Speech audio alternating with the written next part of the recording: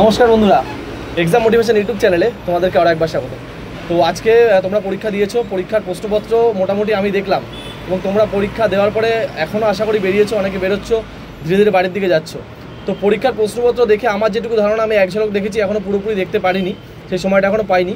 তো যেটুকু আমার ধারণা, পরীক্ষার প্রশ্নপত্র কিন্তু মডারেট ছিল, মানে যেমন জলের মতন প্রশ্ন আমরা ওয়েস্ট বেঙ্গল পুলিশের এসআইতে পেয়েছিলাম সেরকম নয়, লেন্দি ছিল এবং অনেকটা ডিপলি ছিল, ঠিক আছে। তো যেমন অথর্ব বেদের কোশ্চেনটা ছিল বা অন্যান্য যে তোমার রিজনিংগুলো ছিল কিন্তু লেন্দি ছিল।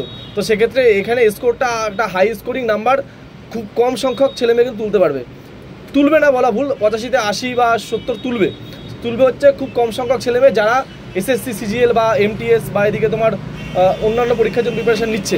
তো বেশিরভাগ নাম্বার যেটা মানে মোটামুটি আমি ফাইনাল মেরিটের কথা বলবো, যারা এখন মোটামুটি 50-র কাছাকাছি নাম্বার পাবে আমার ধারণা, আমি এখনও পুরোপুরি কোশ্চেন ভালো করে দেখিনি, 50-র কাছাকাছি যারা নাম্বার পাবে তারা 100%, আমার কথা 100% তোমরা ফাইনাল মেরিট লিস্টে নাম পাবে।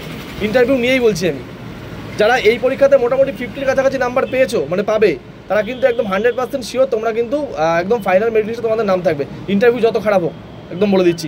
এবারে কাট অফ কেমন যেতে পারে, কোশ্চেন কেমন, মানে কোশ্চেনের উপরে নির্ভর করে বা পরীক্ষার্থী অ্যাটেন্ড কেমন ছিল, সমস্ত বিষয়টা আস্তে আস্তে জানতে পারবো ধীরে ধীরে জানার পরে, বা প্রশ্ন অ্যানালাইসিস এখনও করার সুযোগ পাইনি। আমি জাস্ট কোশ্চেনটা এক ঝলক দেখে আমি ভিডিওটা তোমাদের সঙ্গে শেয়ার করছি, ছোট্ট একদম ভিডিও, বেশি বড়ও করছি না, এখন ডিউটির মধ্যে আছি সেরকমভাবে করাও যায় না, তো জাস্ট ডিউটি ছেড়ে তোমাদের সঙ্গে ভিডিও করছি।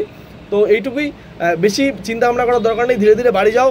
আশা করি পরীক্ষা খুব ভালো হয়েছে, যারা 30-32 মোটামুটি করেছো তারাও একটা ধারণা রাখতে পারো যে হ্যাঁ হলেও হতে পারে, ঠিক আছে, খারাপ কিছু নেই।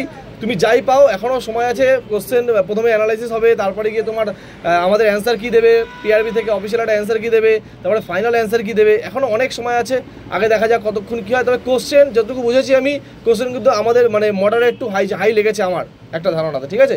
যাই হোক, তোমাদের সঙ্গে আমি আসছি, আমি পরবর্তীতে একটা ভিডিও আনবো কালকে, আশা করছি পুরো ডিপলি একদম অ্যানালাইসিস করে কোন উত্তরটা কেমন হওয়া উচিত, কোন উত্তর কত শর্টে করা যায়, কোন অঙ্ক কত শর্টে করা যায়, মানে আমি কিছু কিছু অঙ্ক দেখছিলাম যেগুলো পেন না টাচ করে আমি অঙ্কটা করতে পারবো, সেটা তোমরা কীভাবে করেছো, কোন ছেলে মেয়ে কীভাবে করেছে। তারপরে তো মানে টাইম কনজিউমিং বিষয়টা তো এই পরীক্ষাতে বেশি ম্যাটার করে, আমি আগেই বলেছিলাম, তো সেই জায়গাটা কিন্তু আসবে। তাহলে একটু তোমরা এখন বাড়িকে রেস্ট ফেস্ট করো। মোটামুটি যারা একদম নিশ্চিত, আমি বলছি ভিডিওটা কেন করলাম, অনেক টেনশন থাকে কত কী আসছে না আসছে, যারা 40+ তুলে রেখেছো এখন, তারা নিশ্চিত থাকো, তোমাদের মাঠের জন্য পুরোপুরি প্র্যাকটিস শুরু করে দাও, 40-এর কম থাকলেও প্র্যাকটিস শুরু করে দাও। আর যারা 50-50 তুলে রেখেছো তারা মোটামুটি ধরে রাখো তোমাদের চাকরি কনফার্ম, ঠিক আছে।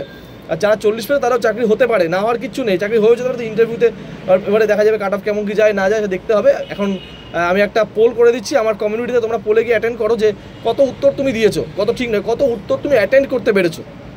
এই লেন্দি প্রসেসে লেন্দি যে অঙ্কগুলো ছিল বা লেন্দি রিজনিংগুলো ছিল, উত্তর অ্যাটেন্ড করাটা একটু চাপ, 85-তে 1 ঘন্টার মধ্যে 85টা প্রশ্ন একটু সময় লাগে, টাফ ছিল। যাই হোক, চলো এইটুকুই রাখলাম, আশা করি বোঝাতে পেরেছি তোমাদেরকে কী বললাম। ভালো থাকো, সুস্থ থাকো, নিজের খেয়াল রাখো, পরিবারের খেয়াল রাখো, আর অবশ্যই মোটিভেটেড থাকো। জয় হিন্দ।